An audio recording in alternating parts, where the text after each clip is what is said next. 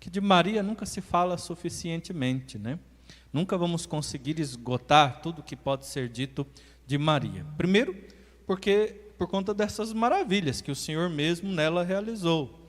E depois, porque a Virgem Santíssima, ela concentra em si mesma, no mistério que a envolve, e também naquilo que ela protagonizou, aquilo que ela viveu em companhia do seu filho, acabou constituindo a vida de Nossa Senhora um evangelho vivo.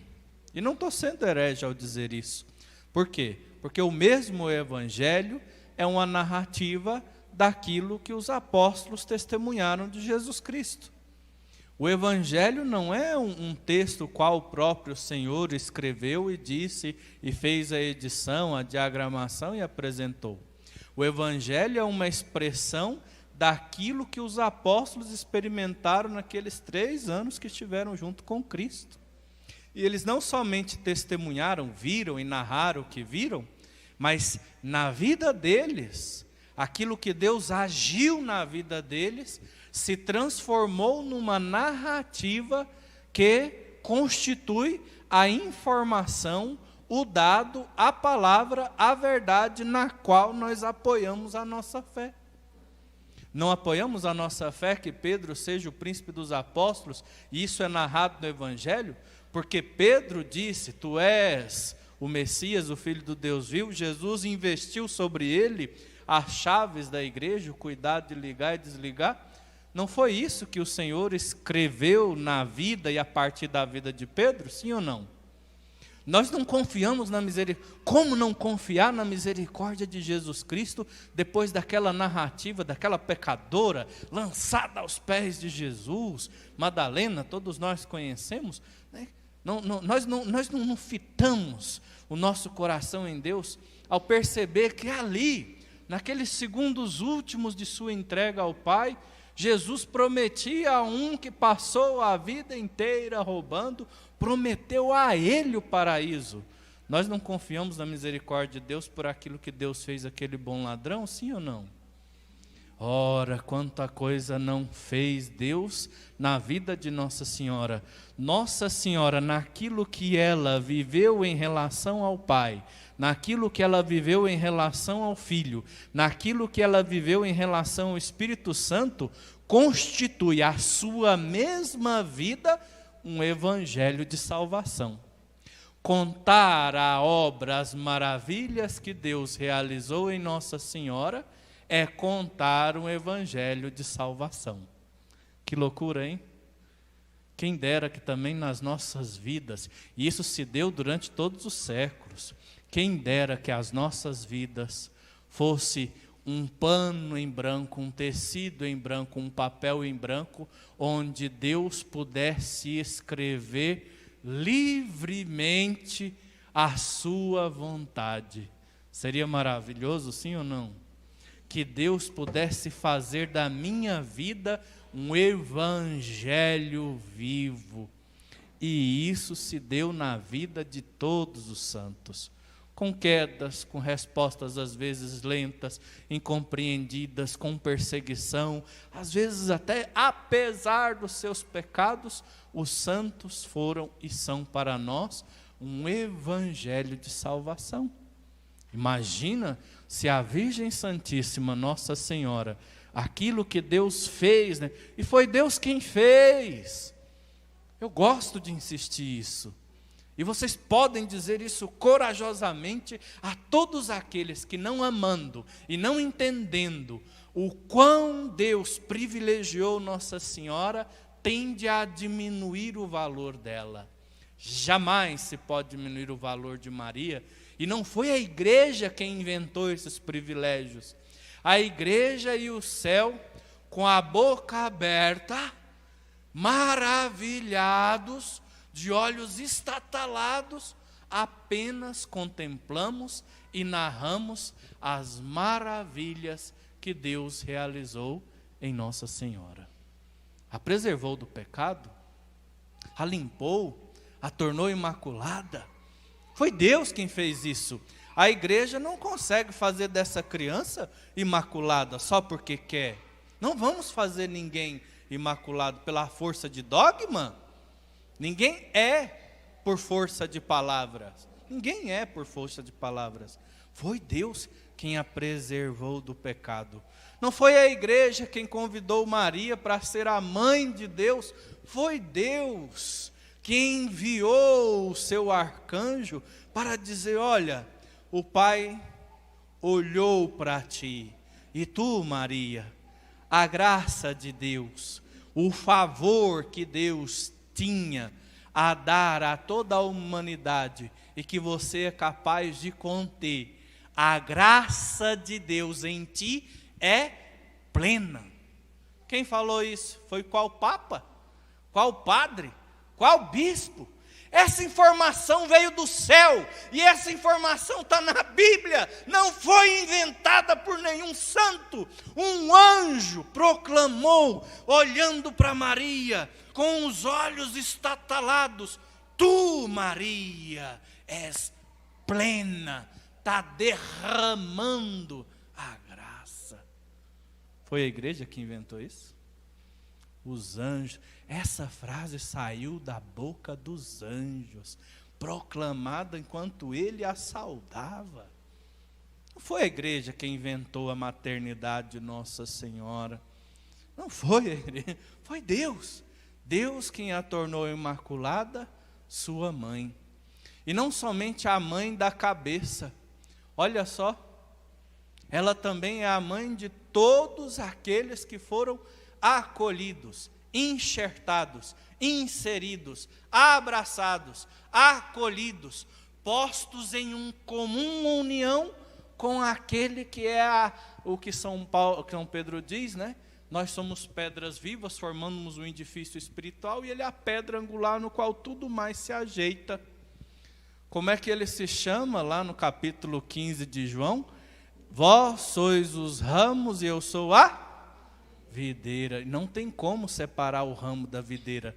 A videira só vive e produz fruto se unida aos ramos. Aquela que gerou a videira, ele também o quis que fosse a mãe dos ramos. Um ramo enxertado. E se vocês sabem o que é enxerto, vocês bagaçam um pouquinho o cabo de um trem, de uma planta, aí você chucha o cabo de outra planta naquele cabinho. Nós fomos enxertados nessa videira por aquele buraco aberto pela...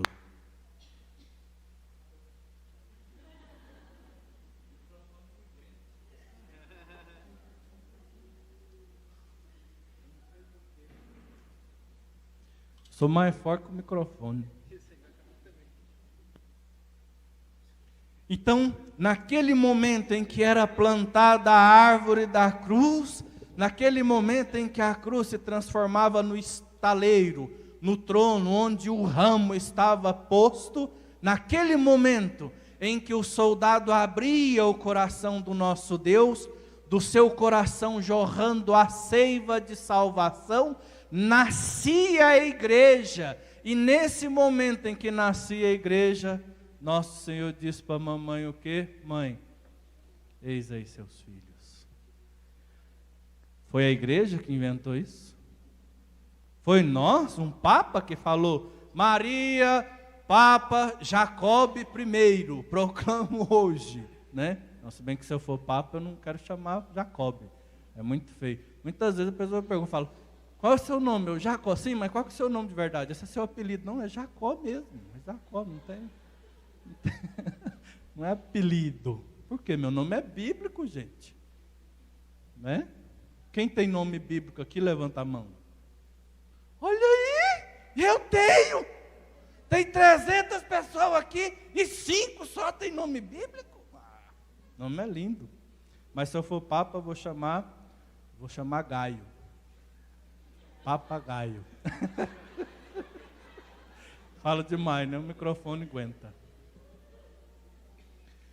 Então não foi o papagaio que disse que Maria é a mãe de Deus. Foi naquele mãe de Deus e mãe da igreja. Foi Cristo. Ele estava pronto de entregar sua vida ao Pai e oferecer-se à nossa salvação. ele já não possuía nada, o filho do homem não tinha onde reclinar a cabeça, a sua túnica e o seu manto já havia sido retirado, ele estava cravado no madeiro nu. Pusemos apenas como oferenda aqueles 3 cravos e a coroa de espinhos, que ele recebeu não como triunfo e homenagem, mas como ignomínia e vergonha. E a única coisa naquele momento que ele podia chamar de sua, além de sua vida, era quem? Maria. Maria é um dom de Cristo para a igreja, e dado a nós no momento em que ele nos oferecia a salvação. Quem que inventou isso? Qual papa? Qual santo? Qual dogma? Entende que não tem como diminuir a Virgem Santíssima e arrancar dela aquilo que é privilégio querido e oferecido pelo próprio Deus. Chamamos sim Maria Imaculada, porque Deus assim a fez. Chamamos sim Maria a Mãe de Deus. Mãe de Deus. Deus a chamou mamãe. Mamãe. Se nós rezamos a Deus como papai, nós chamamos a Deus papai, chamamos Jesus meu Senhor e Redentor, e Jesus e o Pai, quando nos olha, fala: meus filhos. Da boca de Deus saiu para nós, meus filhos, minhas filhas.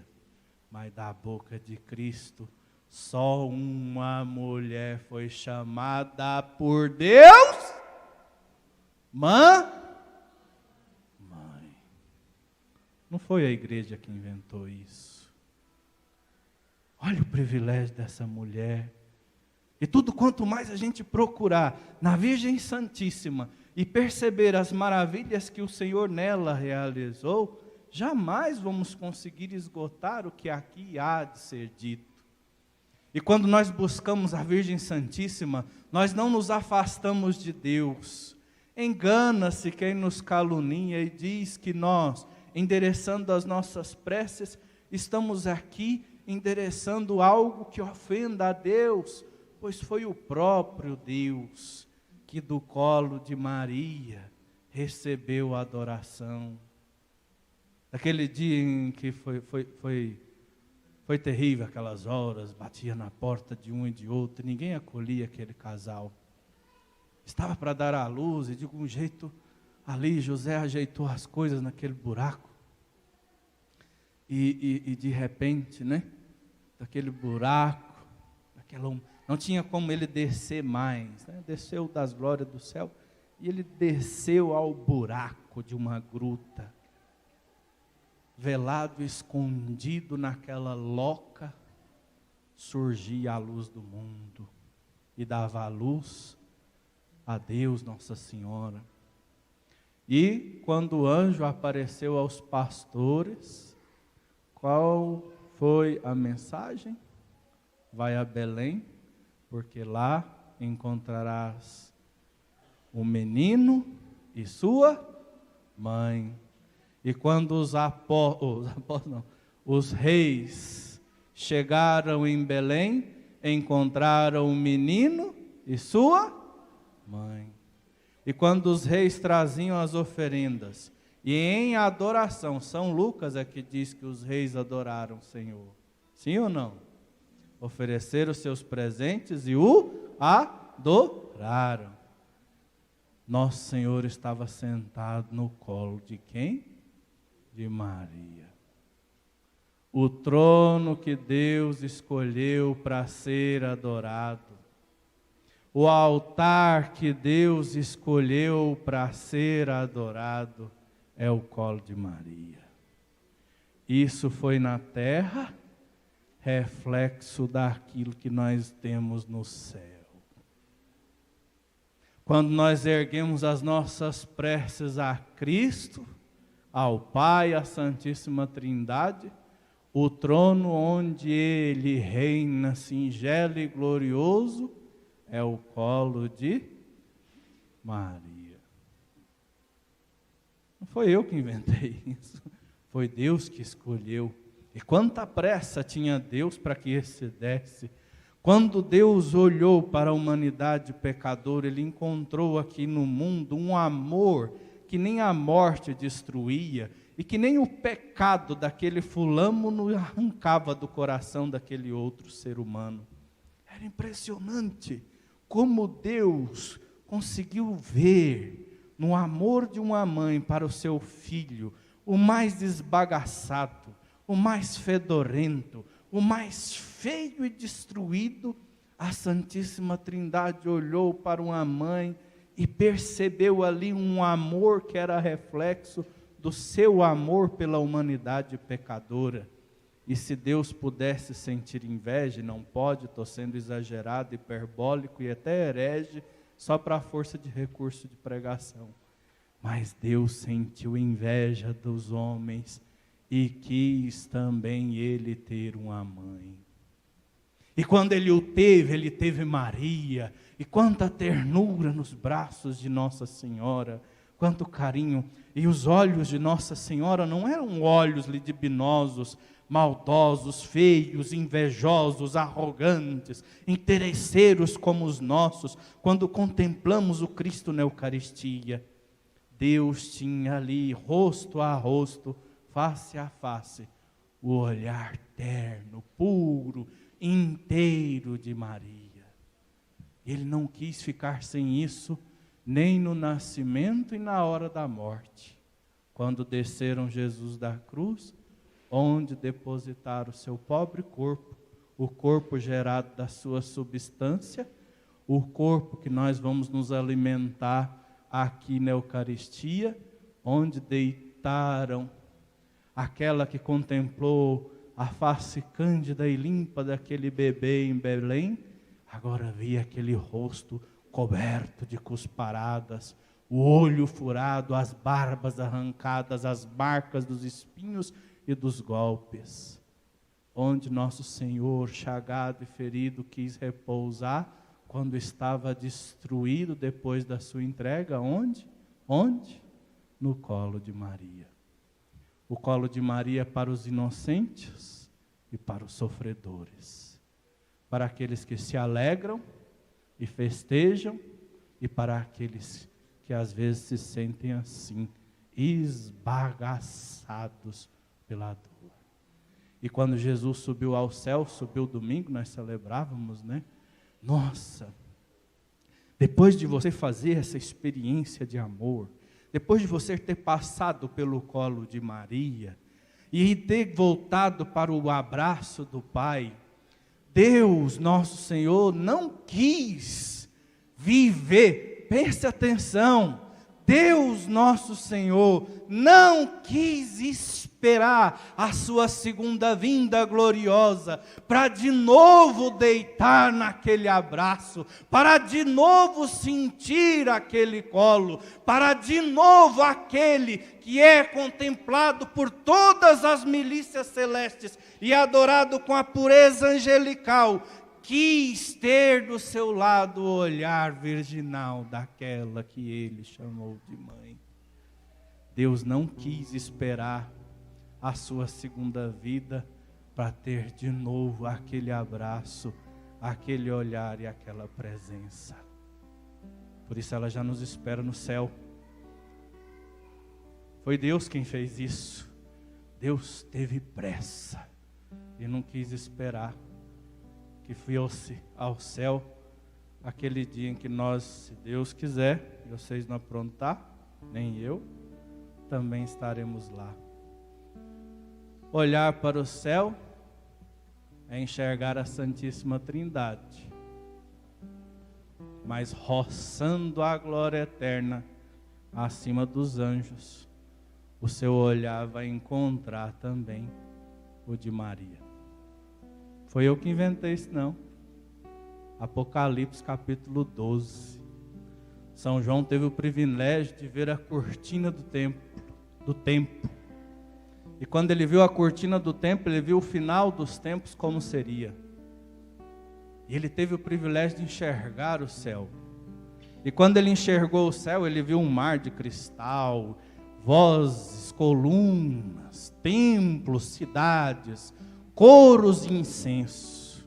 Mas no capítulo 12, quando ele abre a cortina do tempo e vê a eternidade, quem que ele enxerga? O Pai pegou o sol e fez para a mamãe uma roupa.